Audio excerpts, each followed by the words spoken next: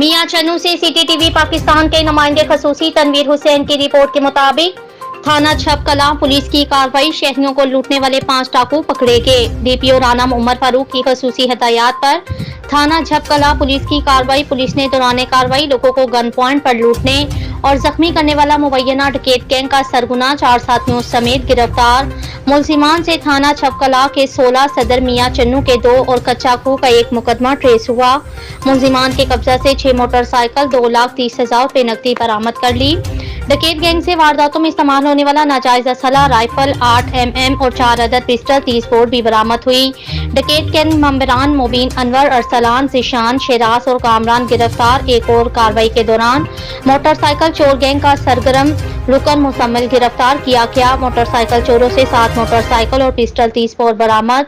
मुलजिमान से इंटेरोगेशन जारी, जिसे मजीद इंकशाफात मुतवक्को। डीपीओ की जानिब से SHO थाना छपकला इमरान शाहिद और हमराई टीम को शाबाश दी गई।